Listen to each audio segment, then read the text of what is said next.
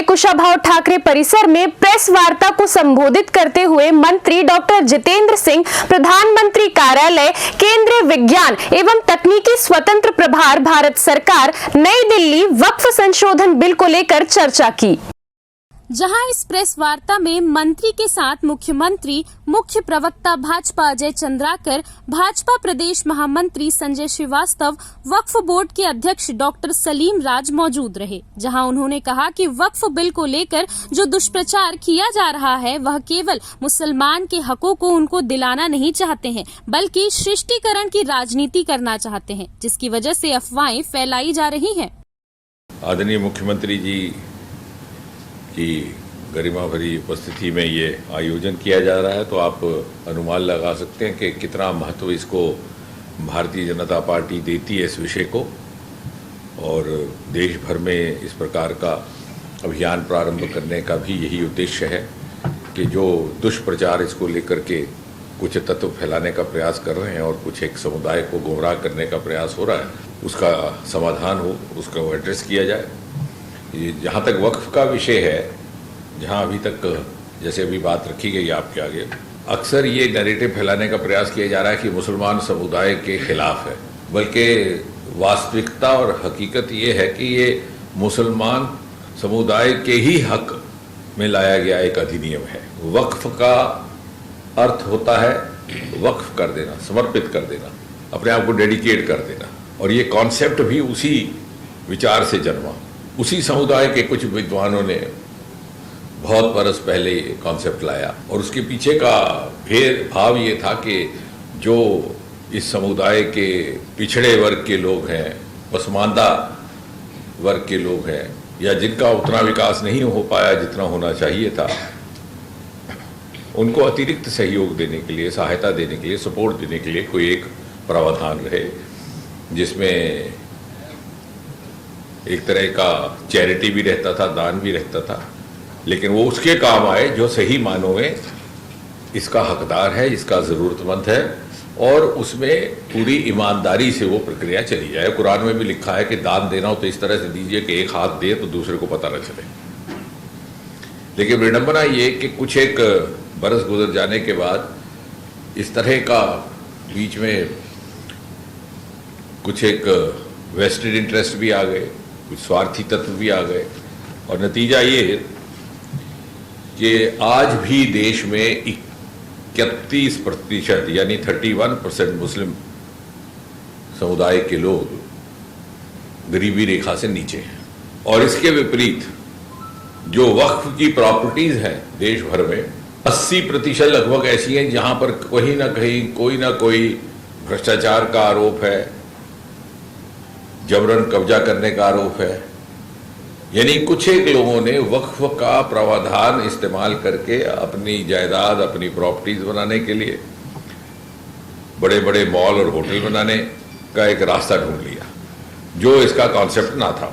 और इसलिए संक्षेप में पहली बात ये कि वक्फ है क्या, और वक्फ का ये जो अधिनियम है 2025 का, इसकी आवश्यकता क्यों महसूस हुई प्रधानमंत्री नरेंद्र मोदी जी को, जिन्होंने सदा और जिन्होंने जब पहली बार जब उन्होंने शपथ ग्रहण किया था तो उन्होंने कहा था कि मेरी सरकार गरीब को समर्पित है, और साथ ही साथ ये भी कहा था कि समाज के वो वर्ग जो पिछली सरकारों के प्राथमिकता से छूट गए या जिनका उस तरह का विकास ना हो पाया जितना कि होना चाहिए था, उनको मैं बराबर की सतह पर विकसित करके लाऊंगा। और साथ ही साथ वो क्षेत्र भी जो विकास की प्राथमिकता से वंचित रहे, उनको भी विकास करके उसी के बराबर के स्तर पर लाएंगे। और उन्होंने एक बड़ा खूबसूरत वाकया इस्तेमाल किया था कि यदि भारत को विकसित होना है और समूचा विकास होना है तो अनिवार्य है कि हर क्षेत्र और हर वर्ग का विकास हो। उन्होंने कहा था कि भारत माता की अगर एक भुजा बलवान हो जाए और दूसरी दुर्बल रहे तो समूचा विकास संभव नहीं। और वही भाव पिछले 11 वर्ष मोदी जी और उनकी सरकार को प्रेरित करता रहा, और उसी को चलते अब जहाँ तक है कि वक्फ का ताल्लुक है, वक्फ इस्लामी कानून के अंतर्गत स्थापित एक अपरिवर्तनीय धार्मिक निधि है, जिसे भारत अधिनियम 1955 के तहत मान्यता प्राप्त की गई थी। हालांकि है ये पुराने काल से चल रहा था, लेकिन 1995 में इसका अधिनियम बना और फिर ये अधिनियम जो अभी लाया गया, इसकी आवश्यकता इसलिए लाई गई कि 2013 में यूपीए सरकार, चूंकि उसको पराजय का सामना था, उस वक्त बड़े हड़बड़ाहट में बहुत सारे फैसले किए उन्होंने। उसमें अन्ना हजारे का प्रदर्शन चल रहा था तो फटाफट उन्होंने लोकपाल बिल ले आए, वो भी आधा अधूरा रहा। फिर मोदी जी की सरकार आने के बाद उसको फिर से लाना पड़ा ताकि वो इस काबिल हो सके कि उसको एग्जीक्यूट किया जाए। इसी तरह से ये निर्णय भी लिया गया और 2013 में जो उन्होंने अधिनियम लाया उसके तहत वक्फ बोर्ड न्यूनतम जांच और संतुलन के साथ एक तरफा रूप में संपत्तियों का वक्फ घोषित कर दिया गया। और ये कह दिया गया कि यदि कहीं हाथ रख के कह दिया जाए कि ये वक्फ की प्रॉपर्टी है, तो चाहे वो किसी की भी हो और उसकी अधिकृत प्रॉपर्टी भी हो, तो ओनस उस पर रहेगा कि वो साबित करे। कोई मजहब, कोई धर्म इस प्रकार की इजाजत नहीं देता कि आप किसी शोषित व्यक्ति का या किसी गरीब की प्रॉपर्टी हड़प कर लो धर्म के नाम पर।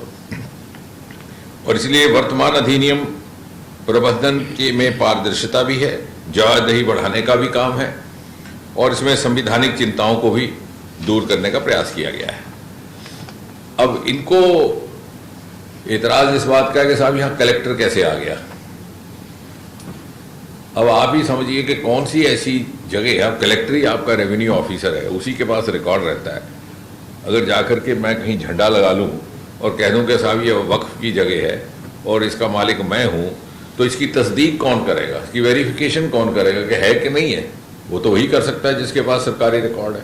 वो हिंदू है कि मुसलमान है, वो तो उसमें कोई फर्क नहीं पड़ता। वो जब तक कलेक्टर है, डिस्ट्रिक्ट एडमिनिस्ट्रेटर है, डिस्ट्रिक्ट कमिश्नर है, अब ये कह रहे हैं कि वो भी नहीं होना चाहिए। ये इसीलिए इसकी एक व्यवस्था बनाई गई है जो कानून और नियमों के आधार पर है और इसीलिए इसमें कलेक्टर का रोल भी आया, क्योंकि जो रेवेन्यू के रिकॉर्ड होंगे उनको जो ड्यू एक्नॉलेजमेंट करके, यानी अगर वहाँ लिखा है कि ये ज़मीन इस काम की है और किसी ने मुंह बोल करके ले ली तो उसका उत्तर भी रिकॉर्ड से मिलेगा और जो नियम अनुसार जिसका अधिकार होगा, जो इसका हकदार होगा, उसी के हिस्से में आएगी। नहीं, निश्चय ही अभी वो टाइमलाइन देने की स्थिति में तो मैं नहीं रहूँगा क्योंकि आउट ऑफ टर्न बात करने का हमारा चलन नहीं है, लेकिन ये है कि जब जिस नीयत से लाया गया तो उस नीयत के पीछे यही भाव है कि जल्द अज जल्द इसका लाभ पहुँचे, जितना भी जल्द हो। ये उन संपत्तियों का क्या होगा, ये जैसे जैसे कानून लागू होगा उसके ऊपर भी विचार होगा, case to case.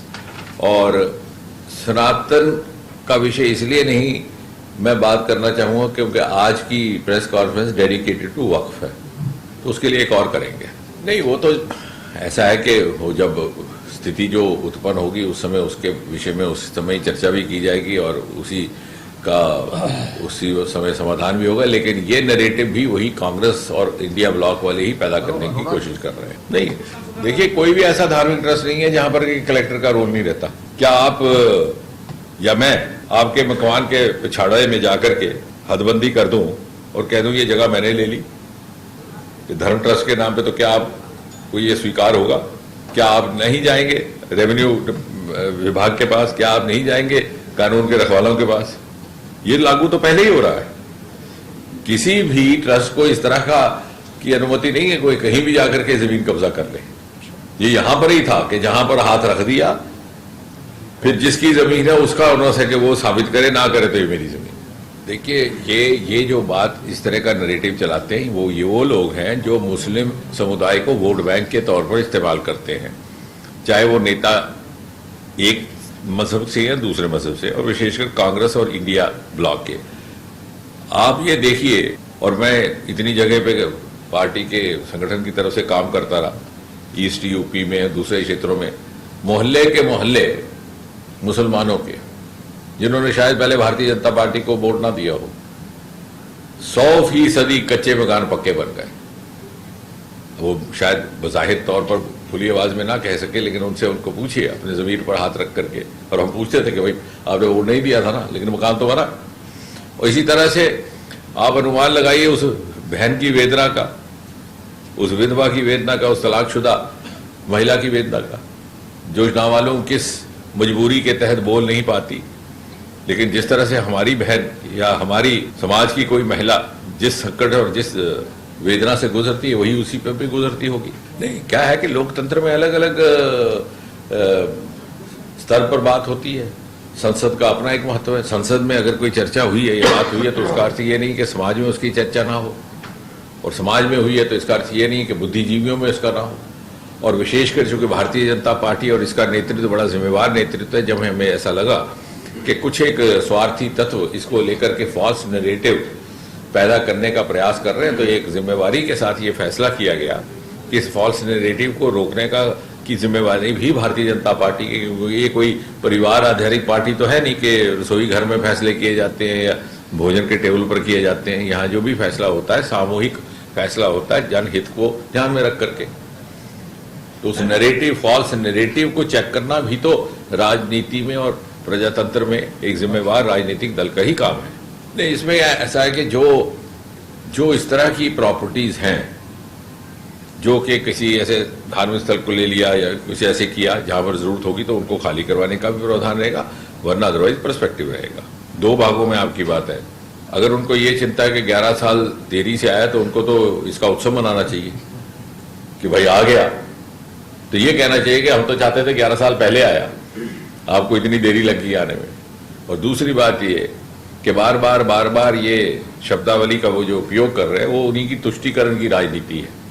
Bharatiya Janata party ने एक ही मंत्र पर पालन किया है श्यामा प्रसाद मुखर्जी के समय से लेकर के आज तक, justice to all, appeasement to none. और ये धर्म, वर्ग, जात से ऊपर उठ करके न्याय देने वाला और इक्विटेबल जस्टिस देने वाला प्रावधान है। इसमें तुष्टीकरण का कोई भी तत्व नहीं है, जिस प्रकार से कि कांग्रेस कह रही है और उनकी हमेशा नीति भी रही है। मुझे लगता है कि यही परिवर्तन का संकेत है। इतनी भारी संख्या में आप लोग आए हुए हैं सुनने इस वक्फ के विषय में, वरना सुबह से तो आप कास्ट सेंसस और पहलगाम की बात कर रहे थे। इसका मतलब है कि आपकी रुचि जागी है, आपका उत्साह जागा है अभियान में। और निश्चय ये अभियान केवल भारतीय जनता पार्टी के कार्यकर्ताओं का नहीं है, समाज का अभियान है। समाज की जो राइट थिंकिंग लोग हैं उनका, और बुद्धिजीवी तो आप हैं, आप हमारे इन्फॉर्मर भी हैं, ओपिनियन मेकर भी हैं। यदि आप इसमें उत्साह के साथ जुड़ते हैं, जैसे आज मैं देख रहा हूँ, ये दृश्य देख करके बड़ी प्रसन्नता हुई। नहीं तो सामान्यतः इतने भारी संख्या में पत्रकार मित्रों को समय नहीं रहता। आपका आना ही हमारे इस अभियान की सफलता का प्रतीक है। नहीं, जो कोर्ट में विषय है उसके बारे में चर्चा करना सार्वजनिक तौर पर मर्यादा से बाहर रहता है, मर्यादा के अनुकूल नहीं रहता। और वैसे भी जब कोर्ट का फैसला आएगा तो हमें विश्वास है कि ये जो कानून बनाया गया, इन सब पहलुओं को मद्देनजर रख करके ही इसमें बड़ा गंभीर अध्ययन हुआ। सैकड़ों की संख्या में इसकी बैठकें हुई और सैकड़ों की संख्या में जो स्टेक होल्डर्स हैं उनके साथ बातचीत हुई है। मुझे लगता है कि यही परिवर्तन का संकेत है। इतनी भारी संख्या में आप लोग आए हुए हैं सुनने इस वक्फ के विषय में, वरना सुबह से तो आप कास्ट सेंसस और पहलगाम की बात कर रहे थे। इसका मतलब है कि आपकी रुचि जागी है, आपका उत्साह जागा है अभियान में। और निश्चय ये अभियान केवल भारतीय जनता पार्टी के कार्यकर्ताओं का नहीं है, समाज का अभियान है। समाज की जो राइट थिंकिंग लोग हैं उनका, और बुद्धिजीवी तो आप हैं, आप हमारे इन्फॉर्मर भी हैं, ओपिनियन मेकर भी हैं। यदि आप इसमें उत्साह के साथ जुड़ते हैं, जैसे आज मैं देख रहा हूँ, ये दृश्य देख करके बड़ी प्रसन्नता हुई। नहीं तो सामान्यतः इतने भारी संख्या में पत्रकार मित्रों को समय नहीं रहता। आपका आना ही हमारे इस अभियान की सफलता का प्रतीक है। CCN शार्क न्यूज के लिए ब्यूरो रिपोर्ट।